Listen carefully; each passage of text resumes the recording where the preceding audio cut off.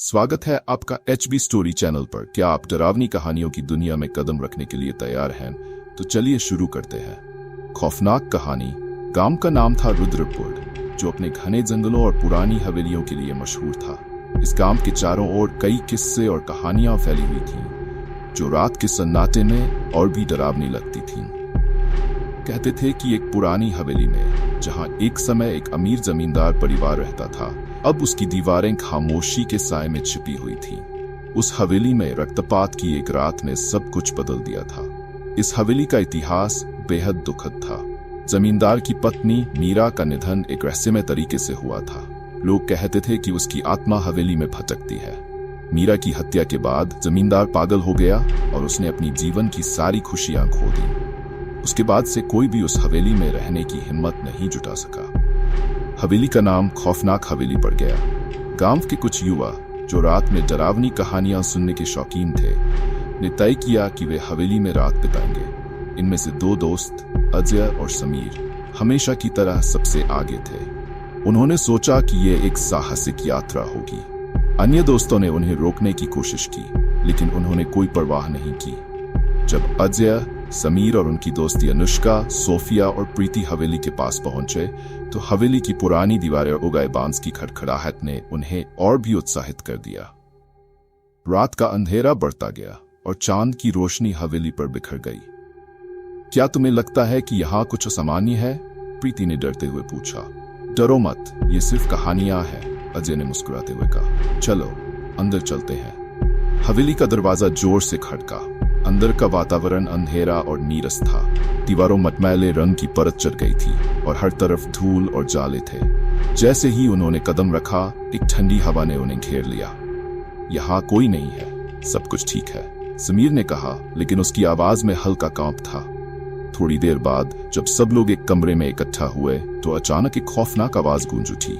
बाहर जाओ, यहाँ नहीं रहना चाहिए। सब लोग चौंक गए। आवाज कहीं से आई थी, लेकिन दिखी नहीं। शायद यह हमारी कल्पना है, अनुष्का ने कहा, लेकिन उसकी आंखों में डर साफ नजर आ रहा था। जैसे ही रात गहराई, सब लोग धीरे धीरे सोने लगे। अचानक अजय को एक काला साया नजर आया। वह उथल पुथल में जाग गया और उसने देखा कि साया कमरे के एक कोने में खड़ा है। क्या तुमने वह देखा? अजय ने चिल्लाया। क्या देखा? प्रीति ने झिझकते हुए पूछा। वहां उस कोने में, अजय ने कहा, लेकिन जब सबने देखा तो वहां कुछ नहीं था। रात बढ़ती गई और सभी ने एक एक करके खौफनाक ख्वाब देखना शुरू कर दिया। अनुष्का ने सपने में देखा कि मीरा की आत्मा उनके चारों ओर घूम रही है और वह उनकी मदद चाहती है। वह चिल्लाई और अचानक जाग गई। क्या हुआ? सोफिया ने पूछा। मैंने मीरा को देखा, अनुष्का कांपते हुए बोली। जैसे जैसे रात पड़ी, उन्हें जमींदार की कहानी याद आई। समीर ने कहा, अगर हम उसे सही तरीके से समझें तो शायद वह हमें कुछ बताए। हाँ, चलो उसकी आत्मा को शांति देने की कोशिश करते हैं। प्रीति ने कहा। सबने एक चक्र बनाया और ध्यान लगाने की कोशिश की। उन्हें लगा जैसे हवेली की दीवारें उनकी गूंज सुन रही हैं। तभी एक अचानक ठंडी हवा आई और एक आवाज सुनाई दी।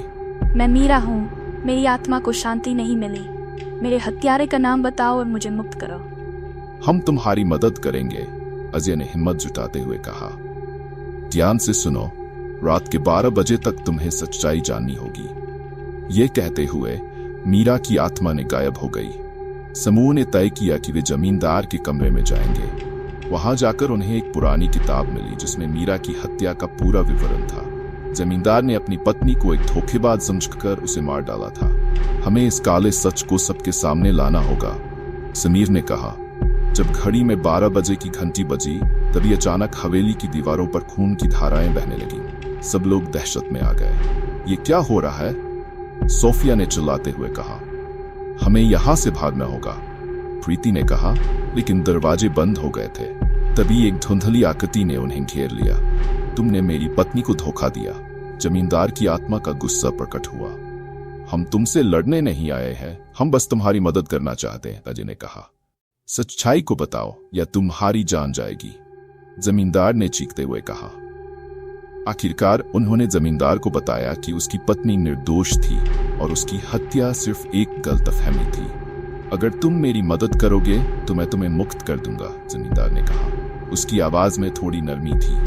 सभी ने मिलकर जमींदार को समझाया कि उसे अपनी पत्नी की आत्मा को शांति देनी होगी। जमींदार की आत्मा ने उनकी बात मान ली। मेरे द्वारा किए गए पाप का प्रायश्चित करूंगा, उसने कहा और धीरे धीरे गायब हो गया। सुबह की पहली किरण के साथ हवेली का डरावना वातावरण खत्म हो गया। सब लोग राहत की सांस लेने लगे। क्या हमने सच में ये सब किया? अनुष्का ने कहा। हाँ, लेकिन अब हमें इस कहानी को सबको बताना होगा, समीर ने कहा। लौटते हुए वे सब खुशी खुशी गांव लौट आए। रुद्रपुर के लोग उनकी कहानी सुनकर दंग रह गए। अब रुद्रपुर में हवेली को सच्चाई की हवेली कहा जाने लगा। मीरा की आत्मा को शांति मिल गई और गांव वालों ने एक नई शुरुआत की। इस रक्तपात की रात ने न केवल एक पुरानी कहानी को समाप्त किया, बल्कि सभी को यह सिखाया कि सच्चाई का सामना करना ही सबसे बड़ा साहस है। कभी कभी अंधेरे में भी एक नई सुबह की किरण छिपी होती है। इस तरह रक्तपात की रात ने रुद्रपुर के लोगों को एक नई पहचान दी और उनकी डरावनी यादों को धुंधला कर दिया। तो दोस्तों, अगर आपको यह कहानी पसंद आई हो तो हमारे चैनल को सब्सक्राइब करें और ऐसी और खौफनाक कहानियों के लिए जुड़े रहें। धन्यवाद।